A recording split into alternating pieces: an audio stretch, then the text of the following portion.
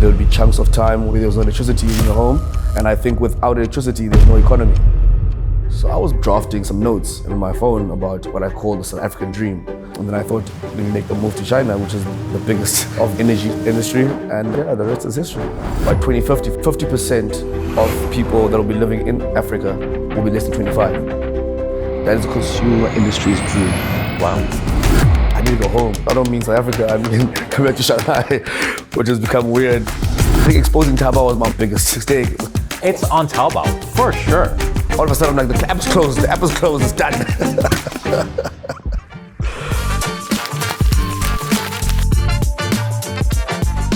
Hi, I'm Jeff. Are you Jeff? Sia. Nice to meet you. Nice to meet you too. For the benefit of our audience, could you introduce like a little bit about yourself, your name, MBA class, and whatnot? So my name is Siyamthanda Dlova. Sorry, can you say that again? So let me break it down. Siyamthanda. Siyamthanda. Yeah. Okay. Yeah. So Siyamthanda, but you call me Sia.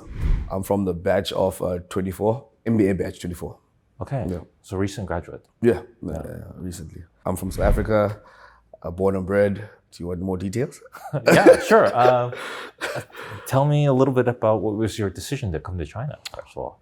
So I moved around. I was at Red Bull first, and then I moved from Red Bull to construction company.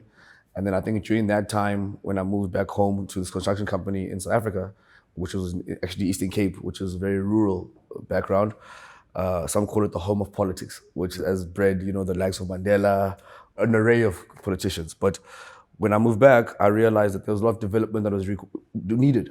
And I was like, started drafting some notes in my phone about what I call the South African dream. And I think that kind of built up my passion again to get into infrastructure, construction work. And that I realized then that the best space I wanted to get into was energy. And then I thought, let me make the move to China, which is the biggest of that industry. And the rest is history. Wow. For the benefit of us and also the audience, what do you do now? What's your current job? So now I work for the New Development Bank, which was a bank formed by the BRICS countries. So Brazil, Russia, India, South Africa, or China and South Africa. And now we've got other 4 additional countries. So basically we do sustainable infrastructure funding. And I work for the IEO team, which is the Independent Evaluations Office. That's really impressive. So there's several topics I'd like to discuss. Yeah. Particularly, let's start with the development, because you mentioned it earlier and you work for the development bank. Yeah. So were there any projects or any moments that really made you feel like development was an area that you were passionate about or that gave you hope about development in Africa? I would say hope, but I think South Africa went through a period where we were struggling with what you call load shedding, where there was no electricity. Wow. And there would be chunks of time where, stage 1, stage 2, 3, 4, where there was no electricity in your home. And that depended on the stage would be how many hours you'd go without electricity. And I think without electricity, there's no economy, So I realized that I wanted to be part of the cohort or the part of the people that are contributing to have that changing. And I think that was the decision behind the energy part of it. And then obviously now it's gotten more broader, roads, transport, water, and it's just kind of grown from that, which was the first love was the energy part of it. And the project we had in South Africa, we're currently doing a thematic evaluation in South Africa, which means a sector evaluation on the energy space and how much we've contributed or the investment we've made into South Africa energy. Across the continent, there's so many projects. There's the Ethiopian Renaissance Dam, there's the Dangote refinery, which is in Nigeria. There's just so many things that, have inspired that kind of investment into Africa, particularly because that's where I'm from as well. Amazing. Your life previously in South Africa, so you lived there for how many years before you're here? So I was born and bred in a small little city called East London, funny enough. Went to boys' school all my life and Selborne College from grade 1 to 12, same school. And then from there, I left when I was 18 to Johannesburg to study university. And after university, started working and then made the decision to kind of shift to China. So basically my whole life has been between the Eastern Cape, which is in East London, and Johannesburg. And then what about your life in South Africa do you remember the most and you take with you every day while you're here in China? My mom's cooking. Oh, okay. Sunday lunch, There's nothing that beats it. Nothing that beats it at all. And I think the moment I get home, I make a phone call just before I arrive, and I'm like, listen, please, I need certain specifics. And she's like, no, I don't have time. But every time I arrive, it's always there. Okay, so what is that? What is on the Sunday lunch menu? What is the So what is this the is South like African we call it porcia? like a 7 colors actually. So there's different stuff like completely every time it can change. It can be spinach, rice, meat, always meat. Okay. Essential. Different kinds of meat. You have the chicken, you have your lamb, you have your beef, then you have your salads. So different kinds of salads that make up kind of what you call 7 colors. 7 colors. Yeah. And then obviously there's some food that I just especially go home for. My beef tongue, crucial stuff. I see. As far as like your current life here in Shanghai, I mean, how are you enjoying it? Are there moments in Shanghai that bring you joy, or life in China that bring you joy? Yeah. I've built a whole life here in China right now, and it's become home as well. I think when I travel, I always refer to I need to go home. And sometimes I don't mean South Africa, I mean come back to Shanghai, which has become weird because it's just been innate right now, But I've been here for, I think now almost 5 years. I've got a lot of friends, great friend group, great, that have become family. CEIBS has created a bit of family for me as well. And some friends that I still keep in touch with, that we meet on a regular basis. And I think the best times we've had here on this campus actually was E-Lab. Sometimes it wasn't just the classroom. It was more 3 a.m. sessions, having good chats over some drinks with the friends in E-Lab that created the longevity, and I think those were the moments that really stuck with me from CEIBS as well. If you work at a development bank, I'm assuming that work hours can be quite long. They can be. Yeah, they can be. But I mean, I think the benefit of even having the gym in the bank, it allows you to kind of be active still. But I'm an outdoor person, love sports, rugby particularly, recently golf, football, etc., which is we call soccer. But so not the football, not the American football. I see. So rugby play or watch? So I used to play, play. And then I think as the age got higher and higher, the talent got less and less. So I think I started off well, and then it just started decreasing. But now I'm a watcher, full watcher, enjoy it. Do you get a chance to get to Hong Kong, watch the Rugby Sevens? I haven't. I have not. I've definitely got to do the next one. Jeez. It's actually embarrassing that I haven't. No. It's fine. I feel bad because I've always wanted to do it, and there's some friends that went last year, but I was not here last year, and I was traveling for home. So it's always having to make these decisions about what you have to do. Yeah, it's really easy to get down there, and a lot of friends in the banking finance sector, especially, are big sponsors. You can get great seats. So I need to speak to my boss. Yeah. When you have more investment in that. For sure. You mentioned you just recently got into golf. Yeah. So you golf around China, or what do you? I do. I played actually now in Anji. There's a course there. Very hot. It was extremely hot. But normally I play indoor. So we go to like the golf zone or something, and we just play the 18 hole there. Less time, but still rewarding. So yeah, it's still good. There's a couple of spots around Shanghai that we play at. And how did you get into it? I think I went home, and my uncle had some clubs that were at home, and I kidnapped those clubs, and I gave him a call. I'm like, listen, sorry, these are going with me. And then I flew back with the clubs, and then we started playing with my friends and with work colleagues. And it started being a session at this point, because every 2 days it's like, okay, are we playing today? So it's getting bad. My Taobao is just full of golf stuff. If you had any advice on somebody who's starting out, like for me, I'm not a golfer, and I've always been like, should I buy a club? Should I buy something? What's the first sort of thing you should buy if you're like just getting into it? When you find that out, please let me know as well, because I'm just like you right now. I'm at that point, but I think the first thing you'll buy maybe is a driver. The first club you'd buy is a driver. That's what I was told. I'm keeping to it. Don't hold me to it. Okay. But yeah, I think it's the first thing you do is buy a driver. Okay. Yeah. Back to development. What is sort of like an ideal case scenario that you would see, like how your own career would go, or the direction that you feel that you want to be a part of? Yeah. So definitely, I know for a fact that I want to stay in development. How that looks like, I really don't know right now. And I think the work now I'm doing within the independent evaluations office is really meaningful, and it gives me a good spectrum across the board. So because we look at all different factors, across the board in terms of evaluating projects, firstly, evaluating internal processes, and holistically helping the management make decisions, basically. So you get involved in so many different pockets of things that you see the whole picture. And then from that point, I think if you wanted to, you could move into any other department. But I think what the work we do now is quite meaningful, and being independent as well. We don't report to the management, right? We report to the board.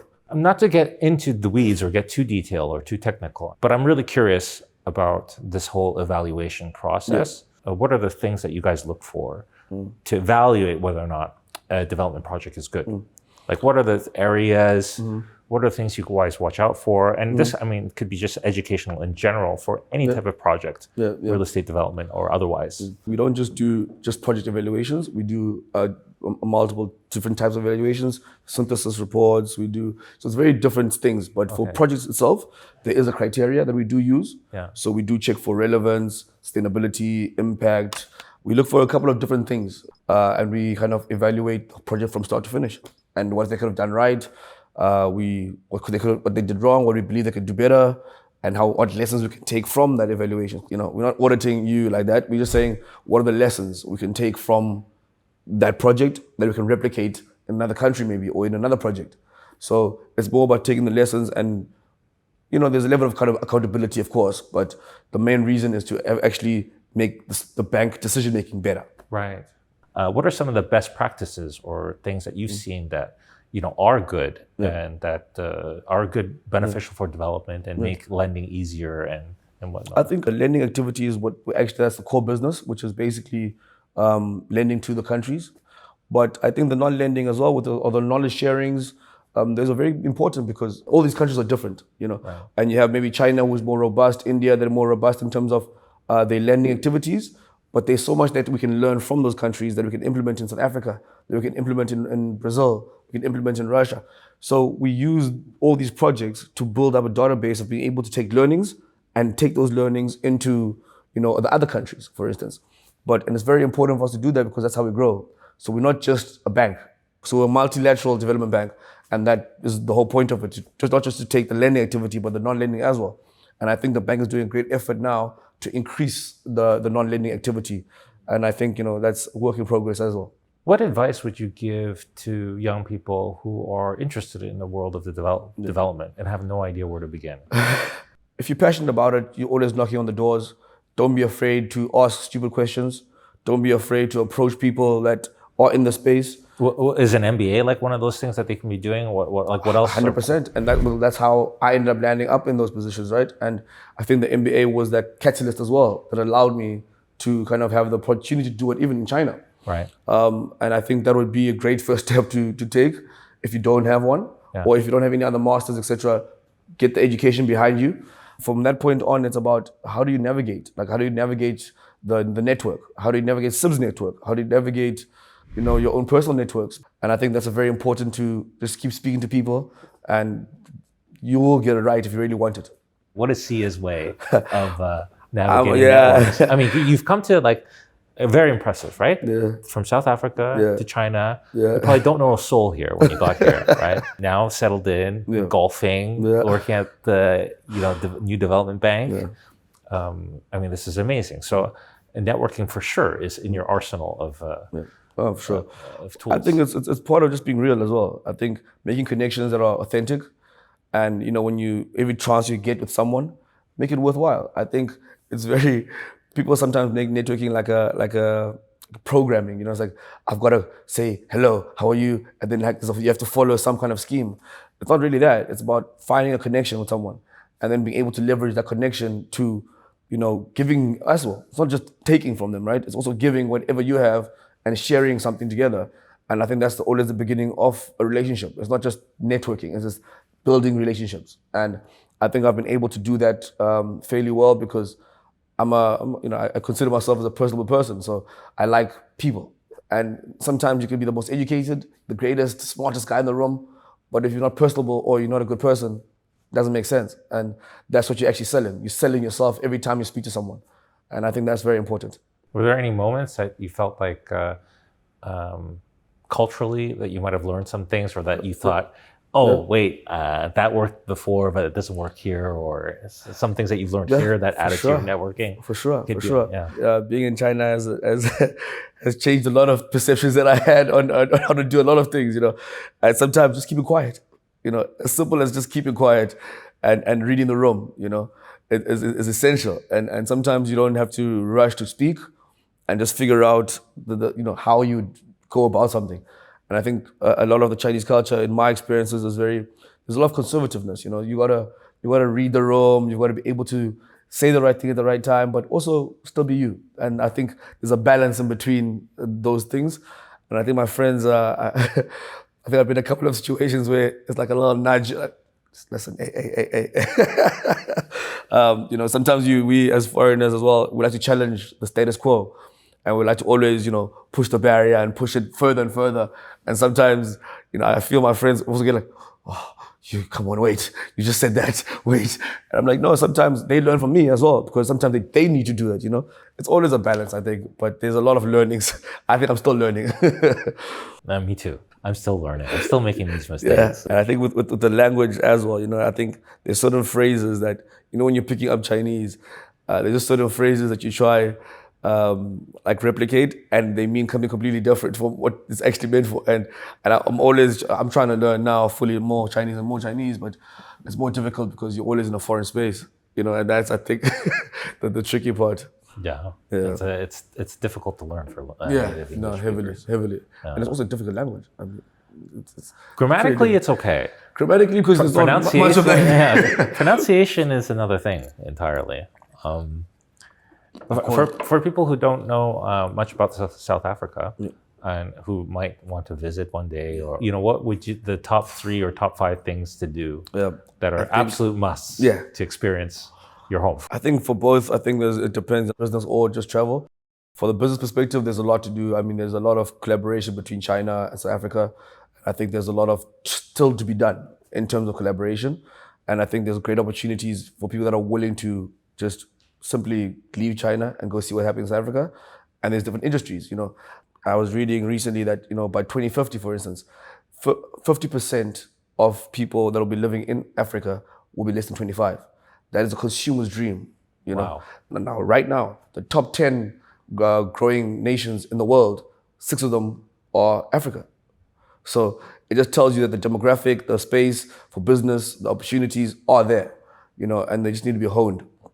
But in South Africa, particularly for travel, I know everyone, I say I'm from South Africa, they always say, oh, Cape Town. Cape Town is amazing. It's great. There's a lot to do, but there's more than that. There's the Kruger National Park, which is you can go on safari.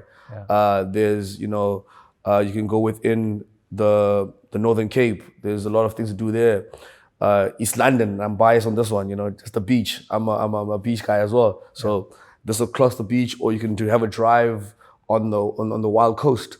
There's just it changes up, Would you say that South Africa is very much like, how Hong Kong and Shanghai are good landing points for international people who want to do business in China and sort of get a soft landing and sort of figure things out? Would you say South Africa is similar in that?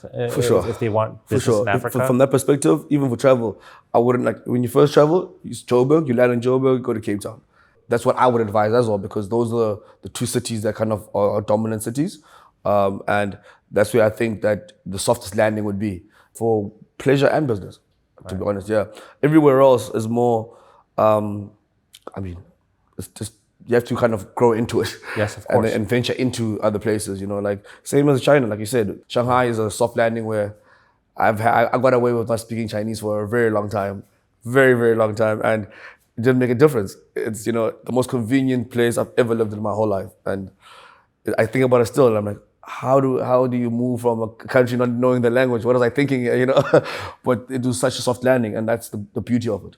Yeah. Did you get a chance to bring your family out to China? My mom came for graduation. Nice. So that was great for me. Great experience to have her, and she was obviously skeptical. So, I'm going to China. And she flew over and had some friends afterwards for dinner.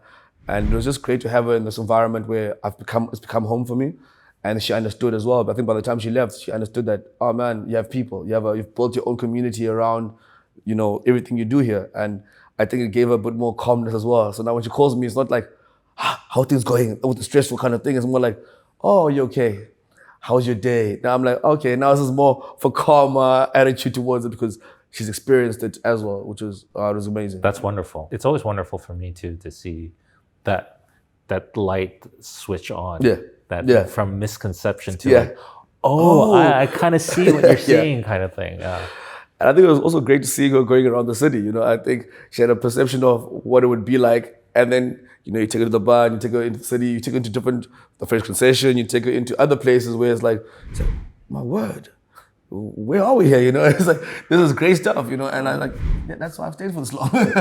But it's really good because it does grow on you. It's a city that really grows on you. So someone asked me that when I was recently home, like, so that's really your plan? Like you're in China, yeah? I said, yeah, I've been in China. That's what I'm doing. It's like, for how long? Like, I think it was what worried. He's like, were you sure? I said, yeah, that's what I'm doing, And people don't get it until like that switch clicks as well. So I think when that switch clicks, they realize, oh man, it's a beautiful place, and you can build from here. Yeah. What are the most common misconceptions about South Africa that you found that Chinese people have that you're here? And the most common that you could clear the record now.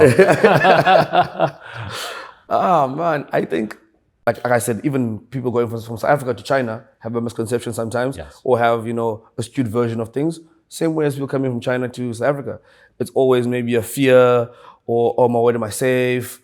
And I mean, I'm not going to take it away. There are pockets of those situations, but there's way more beauty than in anything else. There's a lot of things that you can do. There's a lot of places to see, and good people. I think the place is made by the people. There's no place like South Africa in terms of the people, just because of the different vibe they bring. It's just open, and there's a term we have. It's called Ubuntu. It's like people. Okay, how do you say it? Ubuntu. Ubuntu. Yeah. So it's just embracing people. It's a vibe of embracing people. And as a country, we've also gone through a lot. And to be able to kind of now get to where we are and slowly rebuild, that the people have never kind of shied away from that. And the people have never been like, oh, you know what, we've gone through so much, you can be always sad or whatever. We found ways to keep that enthusiasm, keep the joy. A lot of people traveled to South Africa during the 2010 World Cup. I think that was the most vibrant time ever. I've never seen the country like that because everyone was just on that vibe, whether it's foreigners or South Africans. And that's what we bring. I think the people bring the best out of the country. Nice. Yeah. Nice. I can see you bring a lot of that enthusiasm with you as well. Listen, I am biased. No, it's good. It's good. That enthusiastic energy is very good. Yeah. I think I've always known that this is part of my journey. It's not the end of the journey. It's always traveling away to kind of gain the experience, understand what's happening, understand the world, and grow personally first. It's always the community first. No, sometimes you have to grow personally in order to assist the community. And for me, it's like, let me first establish myself and have the learnings that I can take back home and establish those or share those with home. And that's always the plan. And I hope one day I'll be able to do that. Very, very mature. I have a very simple final question for you. If you had three things that when you go from South Africa to China, two or three things that you always have to bring with you that you would miss. South Africa to China. Yeah. And three things if when you go back to visit or you go back home that you bring to share with your friends or share with family. When I'm at home, coming to China, easily biltong, which is like it's food. So okay, biltong. What is biltong? Biltong, it can be, so it's like a dried meat. Okay. Right. So it can be, you can have soft one, a hardish one. Dried, like what kind of meat? Different. So it can be veal, it can be beef, wagyu, etc. And it's like a dried. It's like beef jerky, right? Like beef jerky. Yeah, the Americans would say beef jerky. Okay. And then some spices. Always take some spices from home. Oh, what spices? Different spices, man. Yeah. I think I take, like, every single time, I'll take mixed herbs, I'll take steak and chops, barbecue spice, I take 6-gun spice, which is like a spice that you put on meat as well. Okay. Because I also have different flavor profiles sometimes. Of course, yes. You want to be able to kind of, emulate a bit of home, Yeah. And that gives me that. Food was always the of course. the center. And I'm Yeah, but yeah, I'm ashamed to say. It's okay. No, but yeah, no, food for sure. So those, see, I mean, two of the things I've already mentioned I've got to do with food. Food related, it's fine. Yeah. And I think the third one, and I always bring like maybe something from my mom where like an item from her, which is like maybe I can bring a candle, something like that. But or pictures, like recent pictures of her or a family and stuff. Okay, so what do you bring from China to share with friends? From China to share with family. Or what do people say? Like, or do people say like, hey, since you're in China, can you get me, Yeah, for sure. Like consumer goods, basically. So it'll be, please, I'm looking for some AirPods. Can you please get me those AirPods from there? Can you get me a cologne? Can you get me this?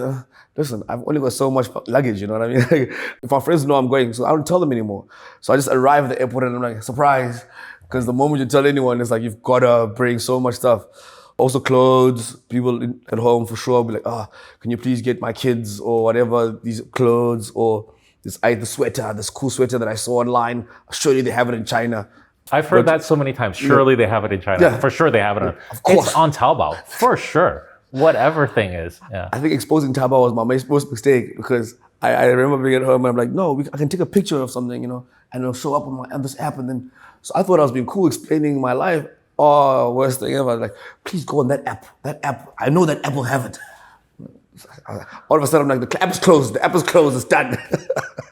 But yeah, no, it's those are some of the things that people always want. Also, food. Oh, crazy. Sorry, again. It's fine. I love food.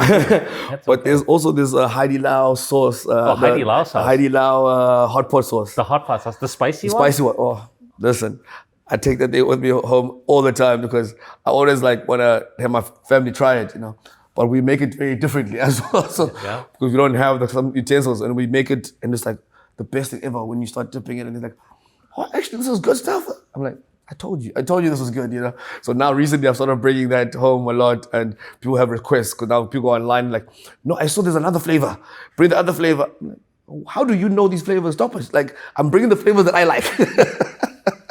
So now that's been interesting as well, actually, to understand that people that had no understanding of what China is or the food or the palate, now the moment they're exposed to it, it's like, oh my word, I like that. I like this. That's super cool. I mean, and those are all business opportunities that could happen in the future for Chinese companies or individuals that go to Africa and this kind of trade and this kind of For sure.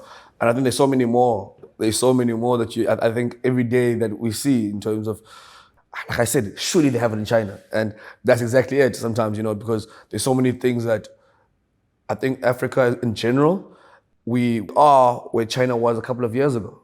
And it's that progression and that development that we need to kind of learn and replicate as well. And I think having that relationship with China makes it all the more better. And people can say what they say, about the relationship and say this. I believe it's the best thing ever because you are learning from a nation who's done it, that has been in the same situation.